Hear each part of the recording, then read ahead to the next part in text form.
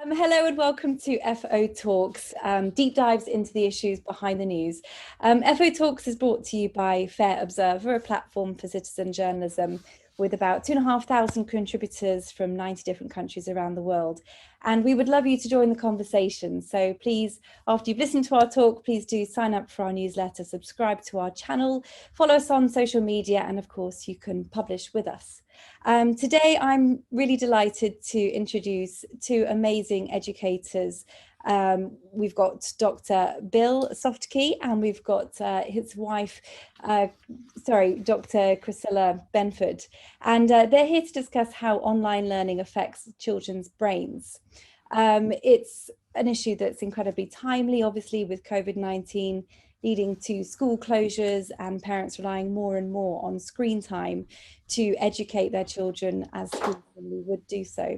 So our format for tonight is that we'll have about 10 to 20 minutes of Bill and Chrissy just explaining their views on that, based on articles certainly that they've written for us here at Fair Observer. And then we'll go to some questions from you. And what we'd like to do is make it as interactive as possible. So we'll promote you to panelists once we ask your question, and you can put that direct to Bill and Chrissy rather than me speaking on your behalf. So we'll kick off perhaps first off with Chrissy. First of all, welcome to you both. Thank you.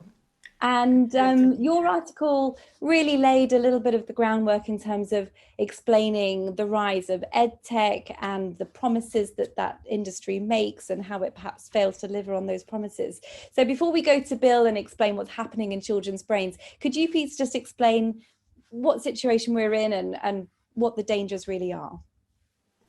So, the article that I wrote begins with this context that we're in, where because of the pandemic, the schools are shut down, and we need, for our own safety, to be distant from each other, which means that being in school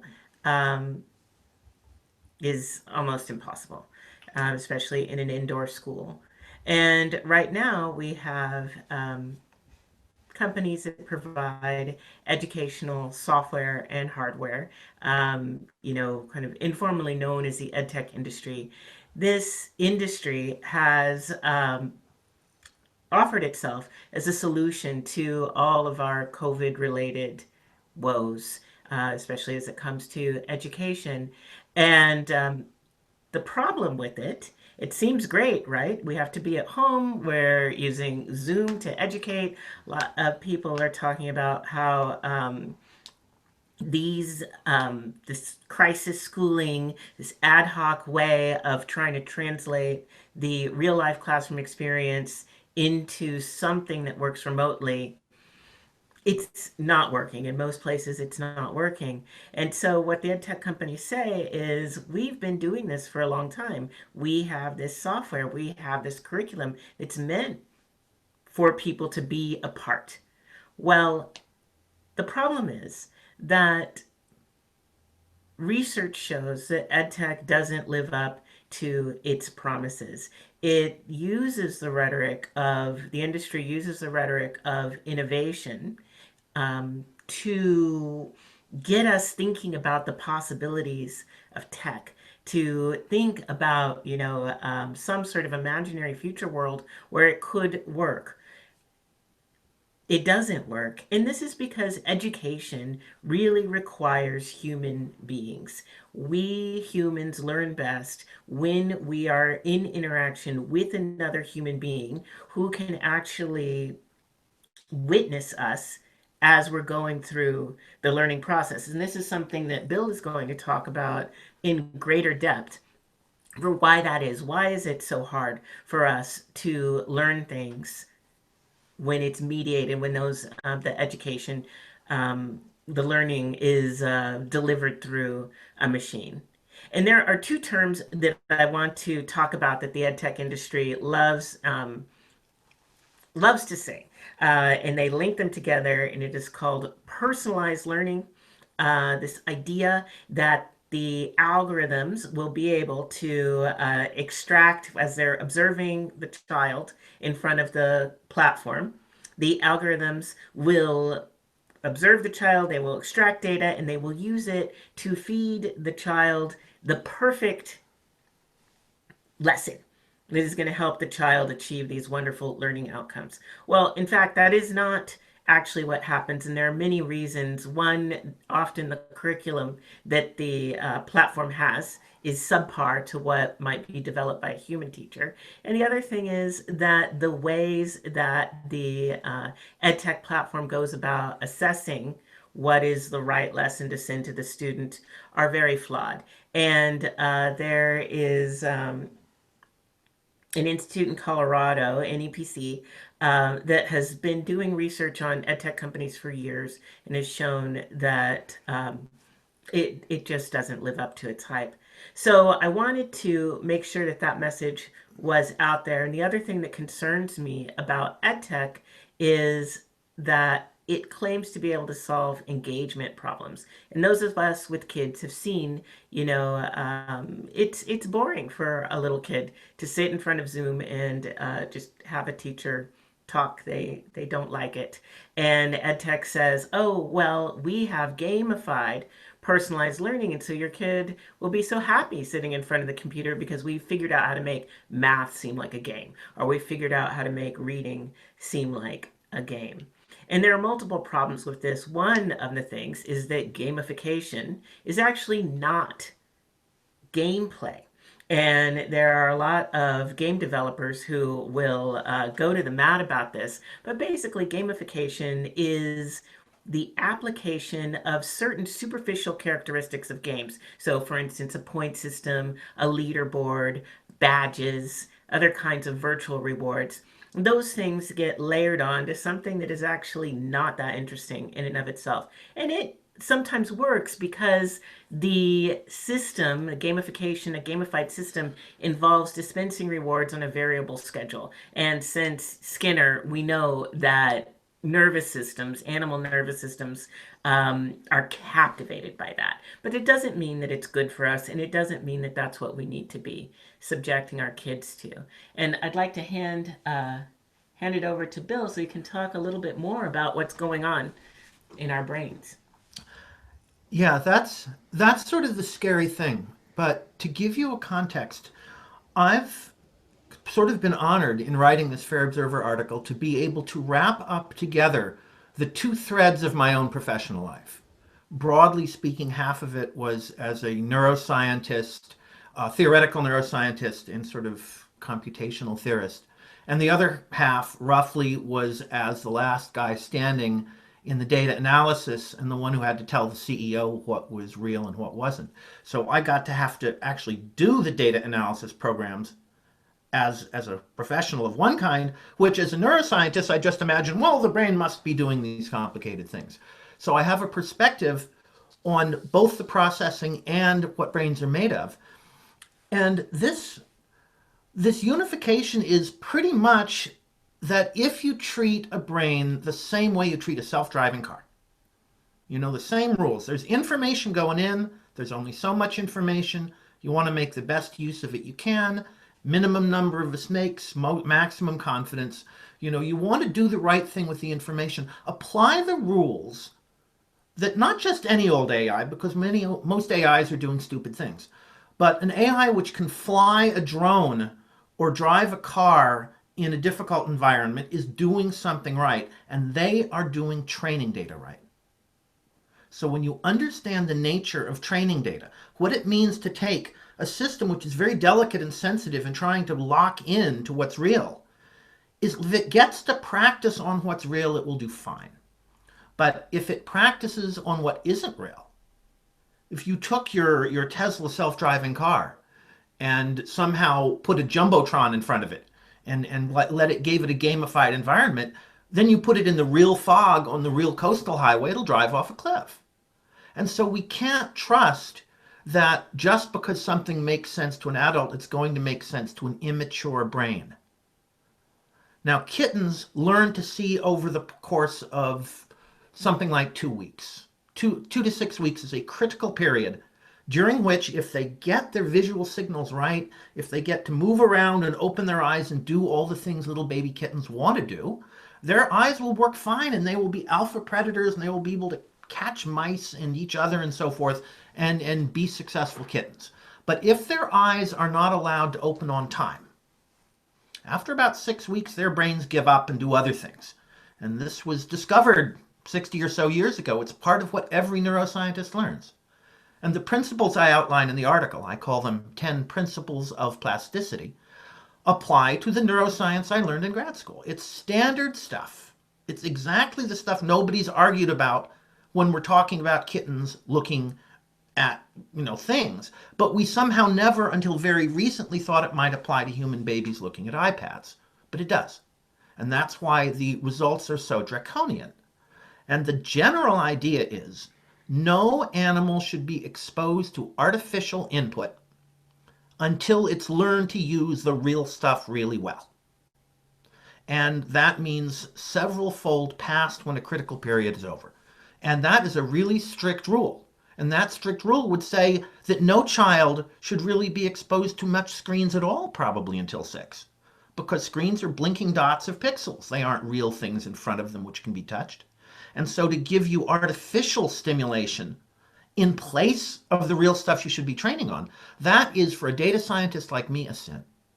You will corrupt a learning system if you give it garbage, artificial, selected, substandard, subsampled data in place of the rich, actual interactive stuff the learning system needs. And this is true for machine learning and for human learning. The only problem in this whole thing is that we have this system called education. And education is meant ultimately it's meant to train us to actually be successful creatures, and it's done that because it puts immature humans in rooms with other ones under the care of adults who watch them. And so as social creatures used to proximity, we get to learn how to be around each other in real space, which is all that we're really good at doing anyway. But if you take the education part of passing tests and memorizing symbols and following rules, which are not part of just cuddling and touching and moving around the world, those are the things which separate us from other animals. If we emphasize the part which makes us different from other animals over and above the part which makes us the same, if we ask our symbol manipulating abilities to somehow be more important than our ability to look someone in the eye, that's when a nervous system will be scrambled and damaged. And so according to that rather relentless logic of neuroscience and of machine learning, it is dangerous to expose children to artificial inputs of any kind. And the more interesting, the more salient, the more attention getting, and especially the more motivating, the more dangerous they are. And I don't think any neuroscientist or machine learning specialist will actually argue with the science behind this. The arguments are always, oh, it's so difficult, there's so much money over here, what can we do? And those are very good questions. And those require collective action. So at any rate, that's the gist of what I say in mine. It's rather harsh, but I think conceptually rather clear in what the stakes are. Okay, thank you so much. I've just asked one of our viewers to upgrade herself to a panelist to put this question to you. So I'm just going to wait a moment for her to do that. And in the meantime, perhaps I can ask you a question of my own cheekily. And that's really that, most parents are wary of the impact of screens. They think, oh, well, it's not the best thing, but, it's a necessary evil. Your article actually, Bill, said that this could mean the end of our species. This is very dramatic language. Yes. And I want to know why it's such a big threat in your view. Well, we are the most elaborately social species, I think, ever to roam planet Earth. We have, so compare the next closest one, the next closest pack animal, more than pack animals like dogs, were bonobos and chimps, who are higher primates. They look each other in the eye a lot. They can gesture a lot with their forelimbs and their hands. They can make things and so forth. We are way beyond them. We have whites of our eyes. We have bare skin. We have our abdomens were more exposed. The entire universe of our evolutionary heritage shows that we are exceptionally well attuned to each other and to the reciprocal signals from each other. And so that's what we got before language and before tool making. That's what the nervous system specialized in.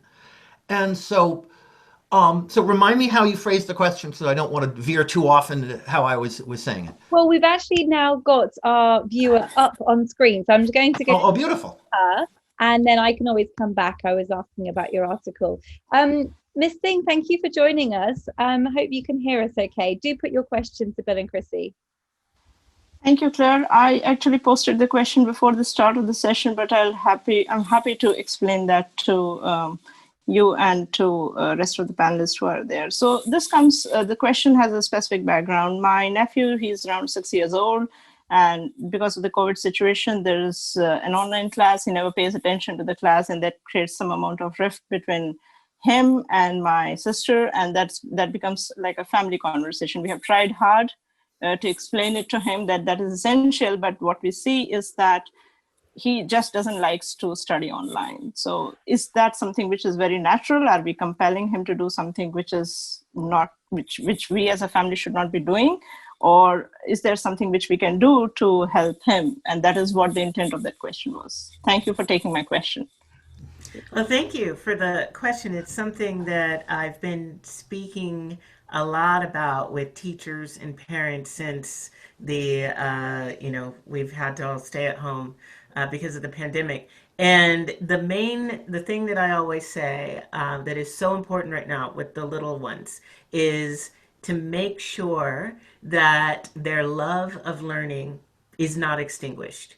So it is very difficult for kids to engage with learning opportunities that are delivered online. It is just hard for them. Kids learn best when they have a sense of shared attention, and that's really hard for them to experience online. And these are, the reasons I'm about to give are separate from the reasons that Bill is talking about, but the shared attention, this sense of belonging, and particularly this feeling that they're personally contributing.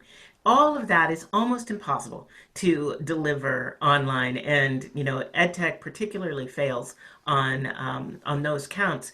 But this is why you have so many children around the world who are resisting this. And so I say to parents, try to encourage this love of learning, their curiosity, make sure that their intrinsic motivation to learn new things stays intact. Because as long as you can do that, your child will be able to recover from what's going on right now. So the grades and the not wanting to pay attention, that may still happen. But what is very, very, very important is to just keep that little flame alive. And, the love of learning is just, like I said, it's curiosity. It's wanting to learn new things just because you want to learn them. And it almost doesn't matter what it is, because learning is just a process, and we can translate, so that if, say, your kid wants to learn to make a specific dessert, and baking is actually good because it requires a lot of careful, it's very, you have to be precise to do it well. So learning to get over the frustration of when you do it and the cake falls, or, any project where it involves learning a new skill, that is important. So that's basically how I would answer that question. It's my advice. I'd add one thing, and this is just compliment. So I agree with everything that Chrissy says and so forth, but the neuroscience perspective says that, yes, in fact, a child is deeply frustrated by trying to form a human connection with a bunch of dots on a blinking piece of glass. Because just from a technical point of view, you've gone from essentially microsecond level reciprocal interaction, where the brain knows exactly what's happening, exactly when, to some gadget which is throwing in a tenth of a second latency jitter. It's like 100,000 times worse in the timing domain than our nervous system needs and is capable of. So blinking pixels are not just flat, they're not only restricted in all kinds of things, but they're hugely corrupted just from a data point of view. They're a millionfold corrupted relative to what our nervous systems need. So of course the child's nervous system is dissatisfied. You're feeding the child saccharin and telling him to have a full stomach. However, if a real live adult sits with them, or another real live child, if there's another warm human being absorbing the same pixels, now it's a little more like watching a campfire in common. At least you have a common signal source and your bodies can react to it the same. And in the very worst case, if it goes dark for a minute, you can joke to each other about it rather than just being impotently frustrated that you're supposed to be connecting and there's nothing you can do about it. So if there's a problem with kids, and I know if parents have to work, if they're not there, I'm not quite sure how to handle that. But insofar as there is another human being, even a sibling, to put next to the one at risk, or the one obviously at risk, because they're all at risk, getting humans connected to other humans is the most important thing. Getting them connected to screens is the least important thing. And you can do it halfway if there's a screen in front of them, they're touching each other. That will help everybody feel saner. And of course, let them know it's hard. Identify with their frustration. The very worst thing is to tell a child to form a connection through a screen and then berate them if it doesn't work. We adults can't even do it. Ask a business person who's been on Zoom all day, right? Adults have a hard time connecting and our nervous systems already work. Children's don't yet. They haven't learned on the real world yet. We can't expect them to do it with pixels. So at any rate, that's my simple thing. But I think that'll fill in some pathways anyway. I hope so. Okay, all right. I think that's a great answer, and hopefully there are some sort of practical things that we can take away from it. I just want to go to Adele Long, who's also asked a question about the negative impact of all this online learning. So maybe I can just throw it over to you, Adele, and you can ask your question directly. Okay, thank you. Can you hear me? Yes. Yeah.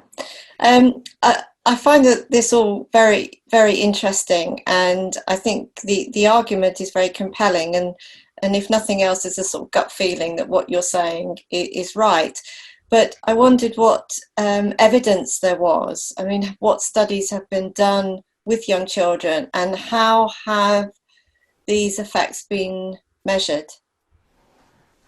Well, in terms of the failure of EdTech to live up to its hype, the National Education Policy Center in Colorado has been looking at the EdTech industry and examining its claims about how learning outcomes are improved since 2013. And every year it finds there's, it's hype and there's nothing behind it. So that is true. In researchers at the Ohio State University found that despite the claims of EdTech companies who were offering a personalized gamified platform, and they said that will help the students with their self-esteem and motivation. It was the opposite. If they were exposed to the platform for, I can't remember how long, I think it was a semester, their self-esteem was lower and their motivation was lower. So there is research about that, EdTech is mostly hype. And I will turn to Bill for about the way that it affects our nervous system. Yeah, it's actually, I'd like to insert a point about the different flavors of science and the ways in which the marketplace has misled us about their relative importance. The marketplace would have us learn that theories are a dime a dozen, and what really matters is evidence. So evidence-based conclusions are considered better than theorizing. But perhaps because I was trained as a theoretical physicist, I'm biased toward theory. But if you actually look at what kind of science works, from the law of gravity to the law of supply and demand, and how it works and why, it's because it's a mathematical law. And mathematical laws are actually more powerful than some numbers somebody tells you they measured. Because nobody's quite sure whether the numbers were measured and who got paid to measure them and why and stuff like that. So all evidence is somewhat suspect. But the laws that we're talking about, the laws about how nervous systems operate, those are of the mathematical sort. Those are basically laws of the conservation of information. They're telling you the only things which are possible is as signals flow into a brain and conclusions get gelled into it. And so in some level, you can already tell, even without any evidence, many of these conclusions, as I write in my article, would be true on Mars. They are true of learning systems. They are true of robots. And so you don't need to go measure some particular robot to discover that all robots have this property.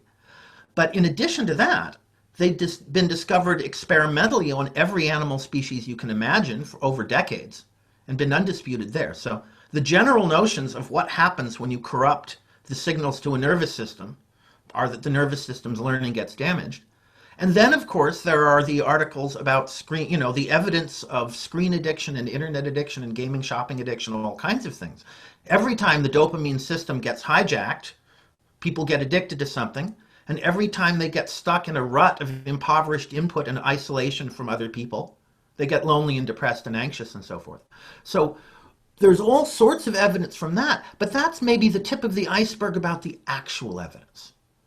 Because there aren't that many public institutions which get given money to study how technology damages people. There's some. They're enough. However, how much money is there in learning how to make money off someone watching a screen?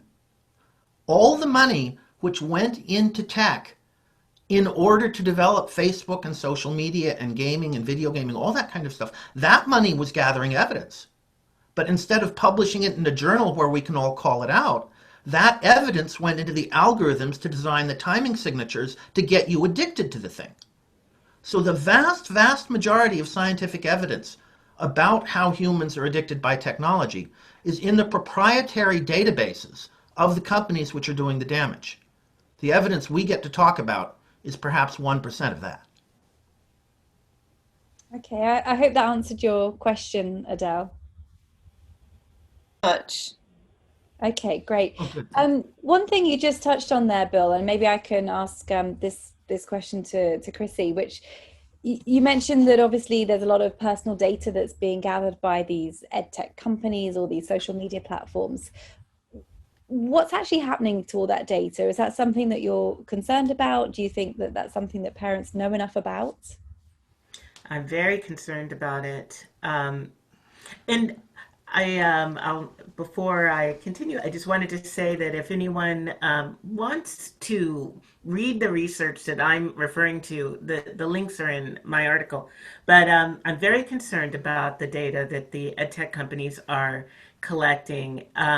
It is used for multiple things. One, it's used to, like I said, deliver the lessons to the student. It is used to optimize the platform. That optimization is not necessarily what I would say in the student's interest. It's often, to make the platform easier to sell. The other thing that it can be used for in some cases is to create what Shoshana Zuboff calls prediction products. And these are basically little slices, a sort of way of describing a small segment of the world, a very thin segment, so that you can, if you're a company, you can predict what somebody who, likes wooden furniture and wears purple shirts and lives in the northeast of the United States and recently bought a car, like what coffee will they buy? It's very strange how they can take all of this data, they correlate it, and can create these predictions that are then useful not just for advertising, but for insurance, all kinds of things. So, and the thing that I'd say to parents, there's not a lot that we can do about it, but the one thing that we can do is ask your school, if your school is using an edtech platform, ask your school if, demand that they decouple directory data from the data that the edtech platform is collecting. It's very important, and that is something that a parent can do. What the edtech company does with the data that they do get, you can't control it. It goes to the third parties who sell to other third parties, and it's just off in the wild. Directory data means the student's name, home address, ethnicity. All of the really gold mine stuff, which school districts get to know, is now suddenly becoming, without really any oversight, the property of companies whose primary job is to manipulate people into buying things. Okay, and that's something that's actually happening, to be clear. It's not just something that's a potential threat. No, it's actually happening. It is in a lot of districts. The linking of the directory data to the other data is just done by default. That's why you have to ask. It's in something in terms of collective action. It ought to be the other way around. That you would have to opt in to that, which I don't think anybody would if they knew. In Chrissy's article, there's a chilling quote by the CEO, I think the CEO of one of the biggest edtech companies, bragging to his investors about how this kind of data aggregation is going to put his company way ahead of the others in terms of the prediction products they can sell and the ways in which they can exploit the youth marketplace. So it's not just that we see it being put into the platforms, the investors are hearing this is why to buy their stock. Right. Okay. Are there any plus points to this whole ed tech stuff? I mean, could it mean that children in poorer countries who perhaps don't have access to decent education could, somehow get access to teachers in the US or Europe, and could that somehow level people up? I talk about one program in my article that is used in Kenya, and it has been able to improve learning outcomes in math. And the reason that I talk about it is because for EdTech to work, it has to have some specific characteristics. And one of the main characteristics that it must have are human teachers. You can't take the human teacher out. The other thing is that it has to actually be designed for that specific context. And that is very important. And so there are situations where an EdTech platform could be designed for a very specific context to meet very specific learning needs, and it would probably work. It doesn't work as well as human teachers who are properly trained. Because that was one of the problems where this EdTech platform is working. It's because the teacher training is poor. But when there's nothing that can beat a properly trained teacher. For my side, I've noticed that there's a reason that COVID can be interesting because it's returning us to closer to our paleo background. We spend more time with the same people over and over till we get sick of them and dying to be around other people. But it's harder to find a beneficial part of EdTech. However, the simplest one, which we are seeing happening, some friends of ours who've known us to be talking about how screens and such damage people for almost 10 years now, said, wow, the pandemic seems to have created a whole test for the entire world to test out your theories and see how much screen use damages people. Because now we've taken a product which in small doses was not obviously bad. Technological interactions, screen use, glass keypads and stuff, symbolic things instead of neuromotor things. Kids were doing modest amounts of that through gaming and stuff. It's like having cigarettes. We were maybe a half a pack a day on the kids, and now they're being forced to do 4 packs a day. And they're throwing up. And we're noticing, every parent in the world is noticing that it just doesn't work. They're upset about them. It's like people in virtual reality. A kid on educational technology is like a child or like a person in virtual reality. They throw up after like half an hour and just get sick of it because at a very deep level, it's not what their brains need. So the best thing is that this is so overt and so dramatic and cannot possibly work that essentially the children of the rich and the children in the rich countries are the accidental experimental lab rats now, and their toxic reactions are going to indicate rather unambiguously that we need to run away from all this stuff. And just maybe one last point, what should we do instead? I mean, clearly with schools closed, or perhaps they will be closed, perhaps, what can parents really do? Like, what's the alternative to screen time? Well, I am doing everything I can to support the parents who are trying to get districts to prepare for outdoor learning.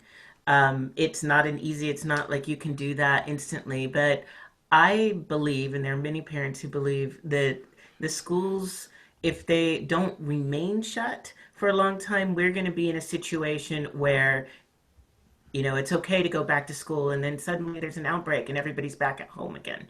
You know, it's okay to go back, and that could go on for years. And so we need to think long term.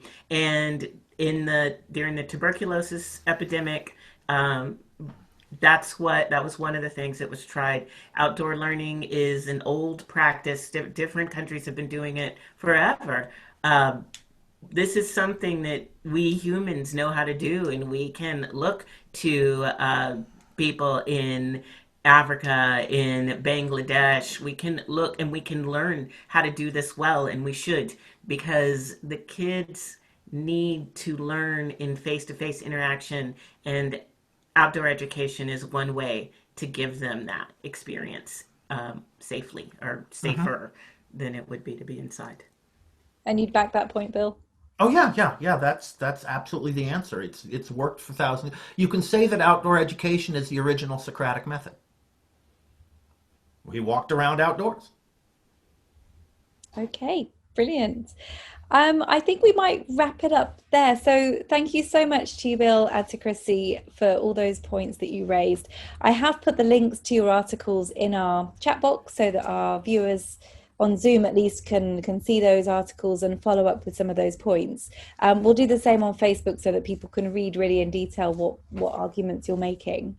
But thank you so much for your time today. It was really fascinating. Okay, it's lovely talking to you. Well, Much thank appreciated. you. Fabulous. And thank you, everyone, for Before asking. everyone goes, let me just do a little plug for Fair Observer. So obviously you can sign up for our newsletter, you can subscribe to our YouTube channel, follow us on social media, and of course you can publish with us.